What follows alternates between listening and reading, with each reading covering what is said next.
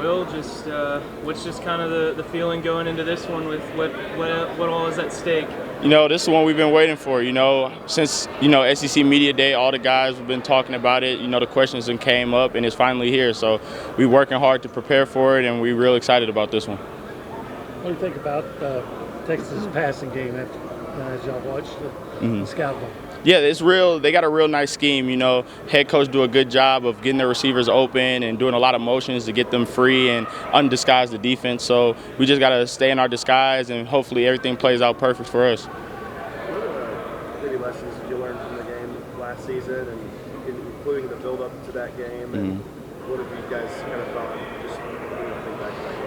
Yeah, we really just got to lean on each other, play 4 quarters worth of football, just not make this game such a big special game, play how we done played the rest of the games, and we're going to be just fine. You said you want to keep it the same, but do you feel like there's a little bit of intensity cranked up this week? Yeah, this week it's always intensity when we play these guys, It's real important to us to come out and win this game, but we just got to stay level-minded and just play this game how we done played every other game, and we're going to be just fine. Do you feel like there's a little more meaning behind it now that y'all played in this one last year? Yeah, of course. It's all the history. Me being a guy from St. Louis, I don't know too much about it, but just what the guys from Texas talk about and the guys that played here, the coaches that played here, it's real big history with this game. So you got to attack it with all your heart, and just give it your all. But at the same time, you got to stay level-minded and just know what comes ahead.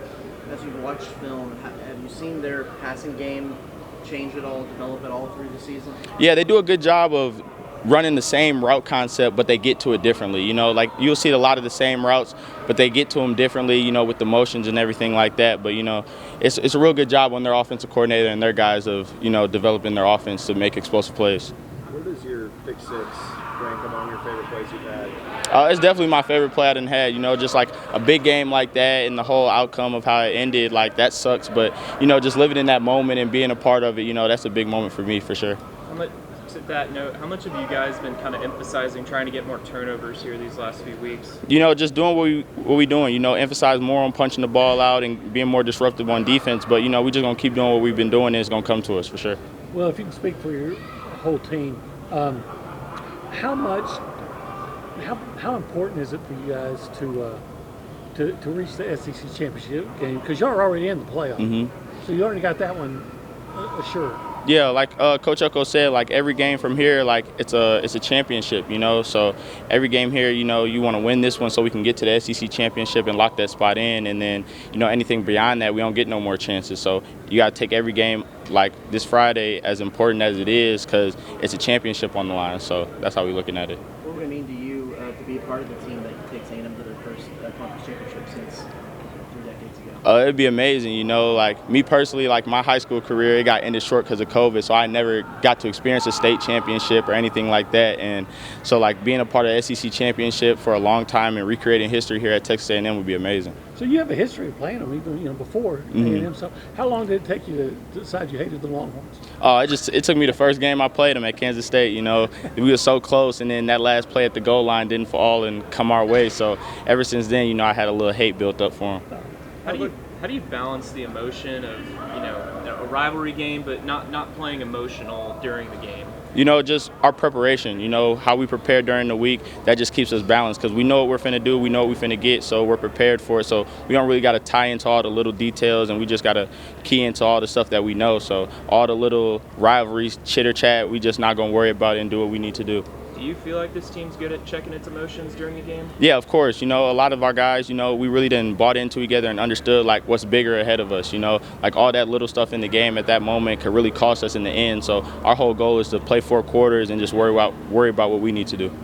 You talked about earlier about how the mantra was finish. To be one final game in the regular season, everything's still obtainable. Just what's that say about you guys' effort this year and just the focus? It's really just giving it our all, you know what I'm saying? We know what this game has in front of us, and we know all the championships that's ahead of us. So we really just got to focus on this one, do what we need to do, and then it's going to fall in our hands. How has Armajé stepped up being a first-time captain, just as kind of a leader of this team? Yeah, I've been knew he was a leader, since our little rivalry when he was at Kansas and I was at Kansas State. So him being on that O-line and him leading those guys, I always knew he had it in him. And just how he carries himself in the locker room is really big, he's always loose. He's never that guy that's going to be uptight and just be uncomfortable. He's real comfortable and makes everybody else comfortable. So, he's a great person to have on your team. Was it a little weird the first time you saw him in this building, realizing y'all were on the same side now? No, it wasn't that weird, but I talk about it every day, you know what I'm saying, that we beat him when we played at Kansas State and he was at Kansas, and I make sure he remembers it every time. So, nah, it's not weird at all. I know the fans like the chair. What does it do for the locker room? Oh, it's amazing. You know, like that chair has been through a lot. We done had zip ties put on it. I don't even know if it's the same chair. They done taped it, everything. That chair been through a lot, and just seeing Amaje carry it around, it's a good feeling and good excitement to the team. How much conversation has there been for people, like you said, not from Texas or weren't in this game last year, to kind of lock in and tell them the importance of this one? It's really about just being the togetherness as a team. You know, like if you care about the man next to you and he's from Texas and you care about the history of the program, you know how big this game is. So, you know, everybody's tied in together as a team and as a family, so everybody knows this is a big one. That chair's starting to run out of space with all the stickers on it. Y'all got room for one more? Yeah, we definitely got room for one more, and I know exactly where that spot's going to be at, so yeah. Remember in camp you had talked about kind of the disrespect y'all felt about the Texas 8-4 jokes and all the predictions that had kind of kept y'all at 8 wins or something. Yeah. How vindicating has it felt to just crush those expectations and kind of prove a lot of people wrong this year? Yeah, we're not shocked. You know, the guys here that's been putting in the work since the summer and then since the ending of last year, we all knew what we was capable of doing. But now it's just like that whole aspect of finishing. You know, like we're not really thinking about being 11-0. At this point, we're just trying to be 1-0, and we're going to be 1-0 Friday, and we're going to get it done. What is it about this team that you guys have played so well on the road for the most part? You know, just, you know, like the togetherness. You know, everybody stayed together, and everybody's been, you know, picking each other up. Nobody's been looking at one side of the ball, the other side of the ball, and blaming each other. Everybody's picking each other up, and we're leaning on each other to make plays. So when you get that in the locker room at halftime and stuff like that, you shouldn't be surprised when we come out and execute well. So.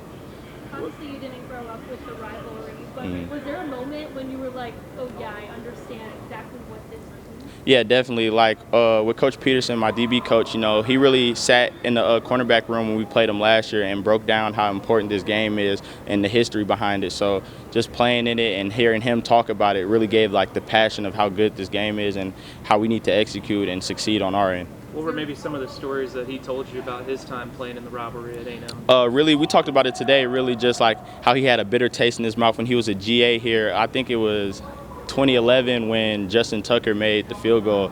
So like he told me about how he felt like it was an iffy late hit call that led up to the field goal and everything like that. And he just like ever since then he had a bitter taste in his mouth. And then last year us not coming out with the the win that we wanted. So ever since then it's like I kind of feel for him and I want to bring this win home for him, honestly. Are there any teammates who have been extra vocal this week about what it means to them? Honestly, a lot of the guys here, we're not really overdoing it. We're just taking it as another game, and we got to do what we're supposed to do, and we're going to get the outcome we want. So a lot of guys, it's just really regular, like a regular practice. We're not overemphasizing anything. We're just doing what we need to do, and we're going to get the outcome. How do you think Dalton has elevated the secondary, and what has led to kind of – it seems like he makes a big play every game now? Yeah, that's Dalton Brooks. I've never been shocked by it. Like, it happens every day at practice, and I just feel like us being in this scheme second year, it's just he's more comfortable and like he's seeing everything perfectly. Like he's getting his reads right and then he's trusting it. So that's all it really is, just being comfortable in the scheme and trusting what you see. So and that's how he comes down with plays, and that's Dalton. So that's nothing surprising to me. Couple more. So you got a nickname yet? Nah, they haven't gave Dalton a nickname yet. He really a quiet guy, honestly. So I'm gonna give him one after we win this one Friday. I'm gonna give him one for sure.